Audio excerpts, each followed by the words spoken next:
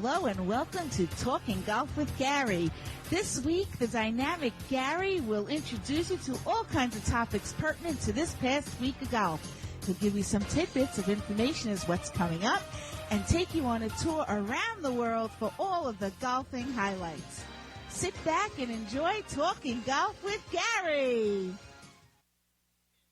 And hello and welcome to another edition of Talking Golf with Gary. I hope you enjoyed last week. Took a little week off. Hope you enjoyed last week's encore edition of the terrific interview with Jim Davis of the Society of Hickory Golfers. Isn't it fascinating that people are still playing or wanting to play the game the way they played it 100 years ago? I just thought that was fascinating, and I hope you enjoyed that. And we're going to bring back some of the other interviews as well as we go on. Over the winter, take some time off. But you know what? There was a lot of action this week as everybody was in action. So let's get to that and on some of these tournaments. And in the PGA Tour, Joaquin Niemann became the first player from Chile to win on a PGA Tour, shooting a 6 under 64 on Sunday for a 6-stroke victory in a military tribute at the Greenbrier. The 20-year-old, wow, entered the final round of the season opener with a 2-stroke lead and held off challenges from Tom Hogue and Richie Werenski. Niemann birdied the final 3 holes to finish at 21 under 259 at the Old White TPC, which has quickly become one of his favorite venues. Niemann is the first third-round leader to win at the Greenbrier since its debut in 2010. He shot 64 in the final round for the third straight year. It marks the first year since 1931 that there has been more than one tour winner under 21. Matthew Wolff won the 3M Open in June at 20 years, 2 months. Even though that was last season, technically. Hogue shot 65 and finished second at 15 under. Werenski faded to a 69 and finished in a 4-way tie for third at 14 under, along with Brian Harman, Harris English, and Nate Lashley, who, by the way, picked up his first win of the year a few weeks ago. So the PGA Tour is back in action after, 1 or 2 weeks off? And it's this crazy wraparound schedule now. This is a new year. This is the 2019-2020 season. We completed the 2018-2019 season, and now we're into the 1920 season. So a little hard to keep in touch.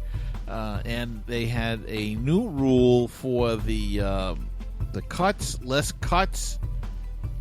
less people making cuts. And, wow, in this case, guys were shooting 3 under and didn't make the cut. So, man, that hurts. Go home without a paycheck after shooting that. But a little confusing there with the less cuts, and people had to watch. But you know, this is when the new rules taking effect, and they're trying a couple of different things. On the Champions Tour, they're still in the 2019 season. Yes, they are. Jerry Curley won the second annual Ally Challenge with a score of 16 under par to finish 2 shots ahead of former Buick Open champion, which was played on the same course for a number of years, Woody Austin. He won $300,000 from the $2 million purse. It's his second victory this year on the PGA Tour Champions and moved him a little closer to the top of the Charles Schwab Cup standings. Kelly started the final round with a 1-shot lead over Schwab Cup leader Scott McCarron and Woody Austin. Only one of them challenged Kelly. McCarron fell apart with 4 bogeys in a 5-hole stretch around the turn and shot 75 to tie for 15th. Austin caught Kelly briefly with a birdie on number 3, but he would conjure up the vibes at Warwick Hills, where he won his first PGA Tour event. Kelly had a pair of birdies on the front 9 and seized control on the back 9 when Austin made bogey on the par 4 15th. 2 holes later on the par 3 17th, Kelly made his final birdie for a 3-shot lead. Austin birdied the 18th and shot 69 to finish alone in second. Steve Flesch and Tim Petrovic tied for third, 4 shots behind. Kelly also won 2 months ago in Madison, Wisconsin at the American Insurance Family Championship. He became the 4th multiple winner this year on the PGA Tour Champions, joining McCarron, who has 3 victories, and Steve Stricker and Bernhard Langer, who have 2 victories each. McCarron still has a big lead in the Schwab Cup race. Kelly, who finished at 16 under, as we said, earned $300,000. He remained at number 2 in the Schwab Cup race, $492,000 and change behind McCarron, with 3 more events before the PGA Champions 3 tournament postseason. So we got some more action, at least 6 weeks more on the PGA Tour Champions season. On the European Tour, Sergio Garcia secured his 16th European Tour title following a hard-fought one-shot victory in his debut at the KLM Open. The International was hosting the 100th edition of the tournament dating back to 1912, which coincided with event sponsor KLM, the Dutch airline, celebrating their centenary year in business during a special week in Amsterdam. Garcia endured a mixed front 9 where he was leading by 2 at the 5th, only to be trailing playing partner Callum Shrinkwin by 1 shot at the 7th following back-to-back bogeys. However, double bogey at the 10th by the Englishman handed Garcia the initiative, and the 39-year-old used his experience to hold off the chasing pack by a single stroke with an 18 under par total. Let's see. Danish rising star Nikolai Haggaard, making just his 7th European Tour start, surged into contention and was a brief joint leader with 4 holes remaining, but came up just short in sole second. Matt Wallace was third at 15 under, while fellow Englishman James Morrison was 1 shot further back, as Garcia became the first Spanish winner of the KLM Open since Gonzalo Fernandez Castaño in 2005. And on the LPGA Tour, only a half a point was all the U.S. needed to keep the Solheim Cup. Lizette Salas was down early but led Europe's and Van Dam late, and when Van Dam missed her birdie putt on the 18th, the U.S. led Europe 13.5 to 11.5, meaning the Americans, with 3 matches left on the course, with just a half point away from returning the Solheim Cup. 1 half point, 1 lousy half a point. 30 minutes later, it all had changed in Scotland. Anna Nordquist finally finished off Morgan Pressel to win her match. Bronte Law played lights out late to win hers, and veteran Suzanne Pedersen struck the final blow in the form of a cold-blooded dagger. A stunning and epic finish as she drained a 6-footer. It all happened so quickly. It was just incredible. She drained an 8-footer. Probably stand corrected. On the 18th, Pedersen birdied the 18th with an 8-footer to beat Marina Alex and gave Europe a 14.5 to 13.5 victory and its first win in the Solheim Cup since 2013. Pedersen dropped her putter, bent her knees, threw her arms into the air as her teammates rushed the green. The comeback was complete. Had she missed, it would have been a tie, and the Americans would have kept the cup. And then right after that, Suzanne Pedersen, 38, announced her retirement from competitive golf. She has played it in only 3 stroke play matches in the last 2 years because she had a baby and motherhood called her, and she's enjoying that so much. She has decided to retire and step down, and she's going out on top, you know.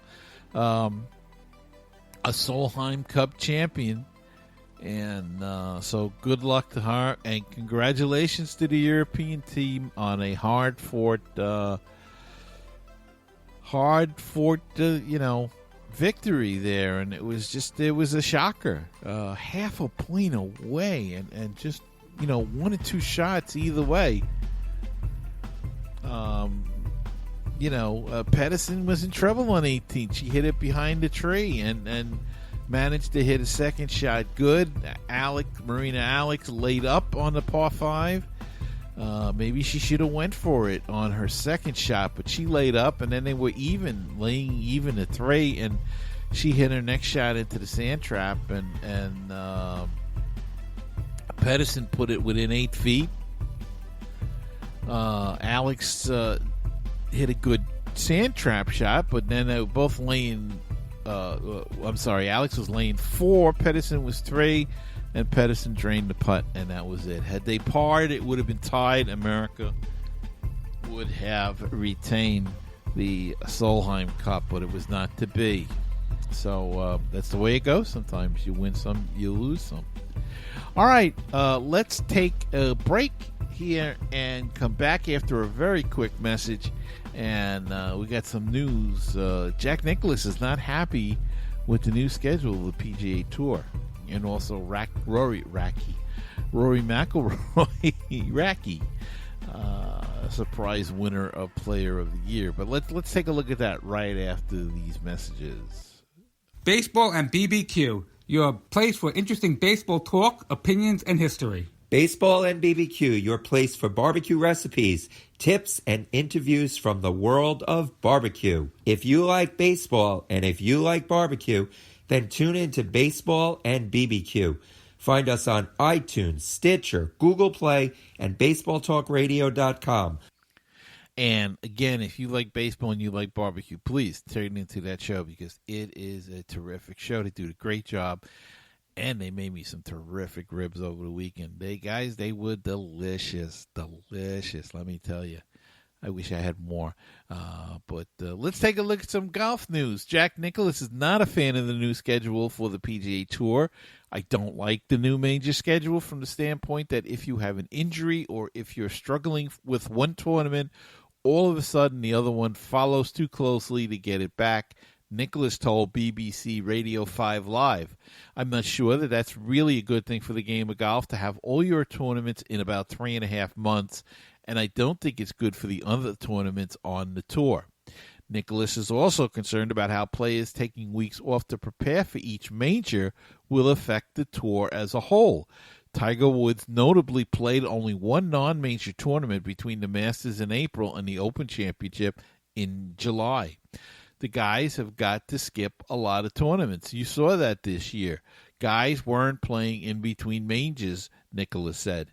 And I think that's a shame for the tour. I know that all the mighty dollar is important, but I don't think it's so important that you really lose out on the tradition of the great tournaments that have been played for years and years and years.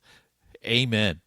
As it turns out, next year's schedule will be even more jam-packed for the world's top players, with the Masters in April, PGA Championship in May, the U.S. Open in June, and the Open Championship in mid-July. Then you have the Olympics in Japan from July 30th to August 2nd, the FedEx Cup playoffs in August, and the Ryder Cup in September. So it is going to be jammed. And I think Jack makes a good point. If you get injured, it's hard. You don't have the time to recover, or else then you got to miss for a year. And I don't know. I think it's too cluttered. It's too quick. I don't think it's good for the game. And I think as he said, all the tournaments that have been around for years and years and years they're not going to get the feels that they used to get, and that's a shame because people in certain areas want to see Tiger Woods or want to see certain players, Jordan Spieth, Justin Thomas, Koepka, and if they don't show up, it kind of takes away from the game, I think. So I agree with Jack. There have been several pros who have spoken out against slow play and slow players, and some have offered on ideas on how to get rid of the problem. But there's one main fix that most keep coming to back to, and it's what Darren Clark said needs to happen in a recent interview with Reuters. Just give them penalty shots, said the 2016 Ryder Cup captain. The guys that are slow, give them shots, and then all of a sudden they will figure out a routine where they can hit it within the time limit. It will stop in 1 week if they start giving out penalty shots. It is the bad side of our sport, and we need to address it, Clark said. The guys that are slow, we all know who they are. Give them shots, and they will soon speed up. It's that simple. It's that simple. Enforce the rule. You want to speed up the game, then just give them penalty shots. It's very, very simple. Why they don't do it, I don't know. I don't know at all, but there you go. Darren Clark said, fix it in a week. Rory McIlroy has been named the 2019 PGA Tour Player of the Year as voted upon by his peers, interestingly enough. McIlroy won 3 events in 2019, notably the Players' Championship, but also the Canadian Open and the Year-End Tour Championship. He led the tour in strokes gained, a statistic often used to measure consistency over the course of a season. His 2.41 strokes per round was his best total of his career, but the Northern Irishman failed to seriously contend in the majors, including a missed cut at the Open Championship in Royal Portrush. McIlroy's biggest competition for the award was Bruce Koepka, who also won 3 tournaments during the 2019 schedule. Koepka's biggest win came at the PGA Championship in May, but was a sign of continued major dominance. Koepka finished in the top 4 in all 4 majors in 2019. Koepka also won the Player of the Year from the PGA of America.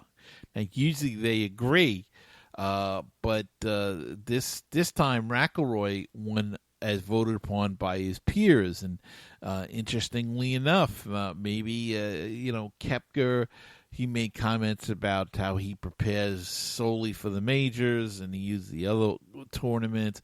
Maybe the PGA Tour players felt that that's not the right way they want to go, because you're going to kill the goose that laid the golden egg there. By if you kill all the other tournaments off, then just have majors. It's not going to be a good thing for the game of golf. So maybe that had something to do with it. Maybe they hold the Players' Championship.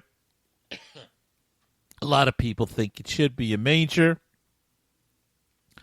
I don't know why they don't go ahead and make it a major. Make 5 majors. What's the difference? They have 5, I think, on the LPGA Tour and on the Champions. So why not make another major and give them due credit? They're holding it in that esteem.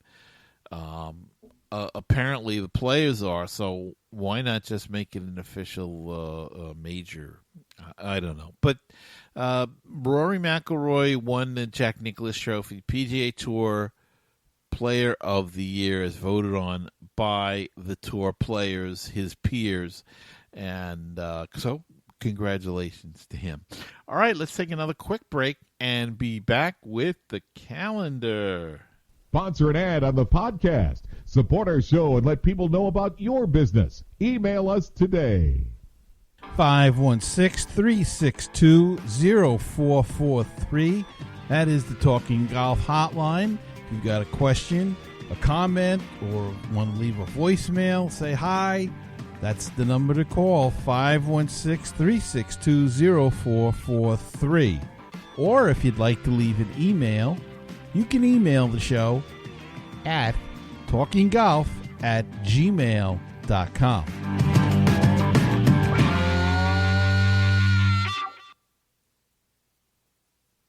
Now it's time to do the calendar. Now it's time to do the calendar. Oh, hooray, let's sing the calendar. Now it's time to do the calendar.